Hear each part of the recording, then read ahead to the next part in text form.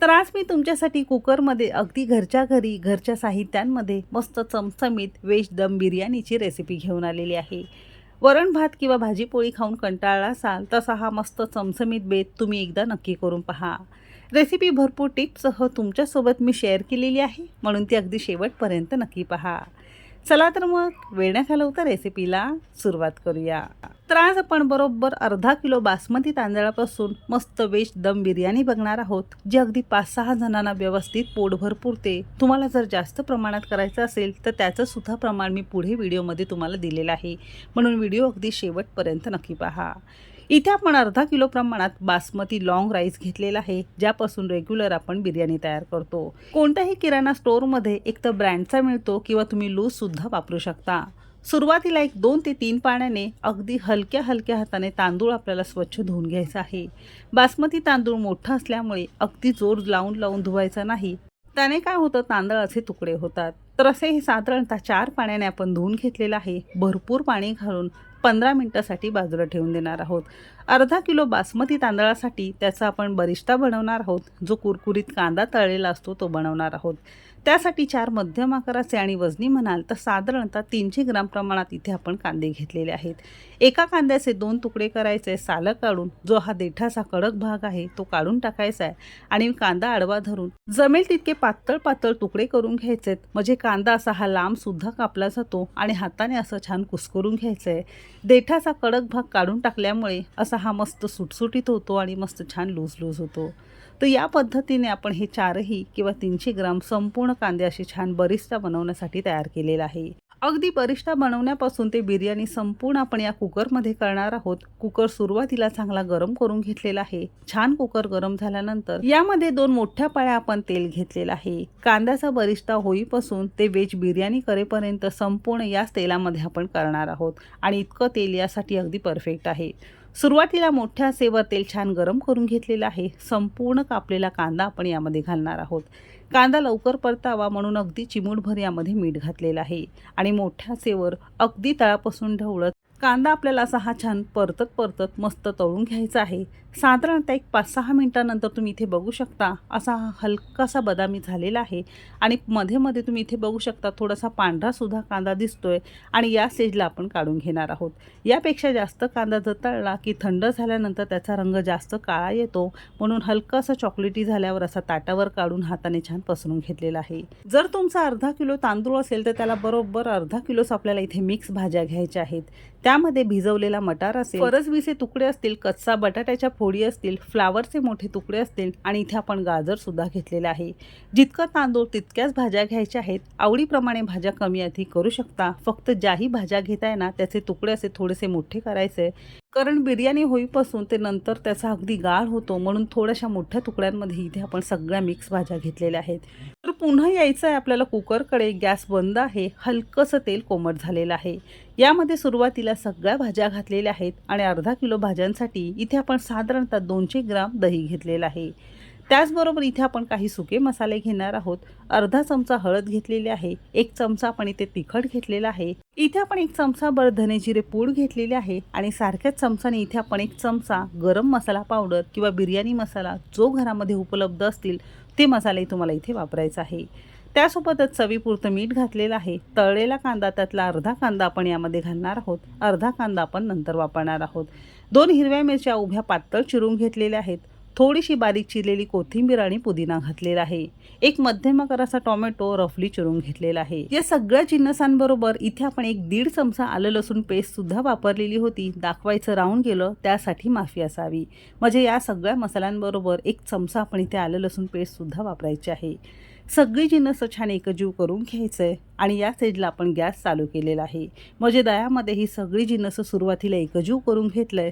एकजीव झाल्यानंतर आपल्याला गॅस चालू करायचा आहे। हलकीशी उकळी आलेली आहे, 2 मिनिटं आपण याला परतून घेतलेलं आहे। तर ही भाजी आपल्याला अर्धवट म्हणजे 50% शिजवायची आहे, फक्त वरचे वर कुकरचं झाकण लावून घेतलेलं आहे।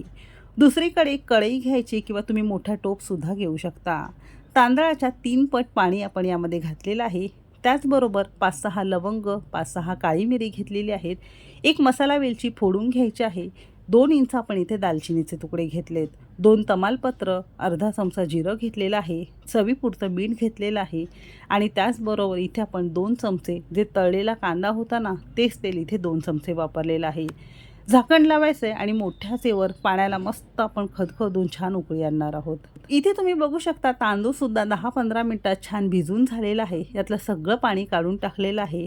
आता या मसाल्याच्या पाण्याला सुद्धा छान उकळी आलेली आहे आणि पाणी काढून टाकलेल्या आणि मस्त भिजलेल्या बासमती तांदूळ आपण यामध्ये घालणार आहोत. आणि या गरम पाण्यामध्ये तांदूळ घातल्या तुम्ही इथे बघू शकता लगेचच याला शिजायला सुरुवात झालेली आहे.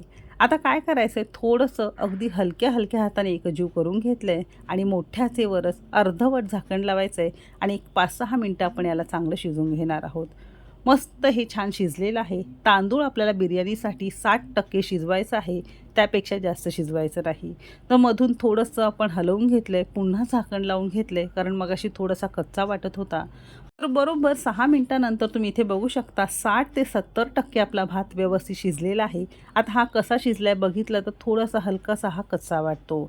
इथे भाजी शिजून साधारणतः 6 ते 7 मिनिटं झालेली आहेत आणि भाजी आपल्याला 50% शिजवायची आहे. कारण नंतरसुद्धा आपण याला दम देणार आहोत, तेव्हा ही भाजी अर्धवट शिजलेली पूर्ण शिजते. म्हणून अगदीच याचा गाळ करायचा नाही. बटाटा असा तोडून बघितला की अगदी थोडासा याला जोर लावावा लागतो, म्हणजे भाजी आपली हलकीशी कच्चीच आहे. आता काय करायचं आहे, असं हे छान आपण भाजीचा बेस तयार करून घेतलेला आहे. जो शिजलेला भात आहे ना तो यावर आपल्याला असा पसरून घ्यायचा आहे. पसरताना अजिबात जोर लावायचं नाही, घाई करायची नाही. अगदी सावकाशपणे आपण संपूर्ण भात यावर असा हा छान पसरून घेतलेला आहे. भात असा हा छान प्लेन करून घेतलेला आहे. यावर अर्धा चमचा बिर्याणी मसाला किंवा गरम मसाला असा हा छान बुरबुरणार आहोत, म्हणजे याला छान असा फ्लेवर येतो.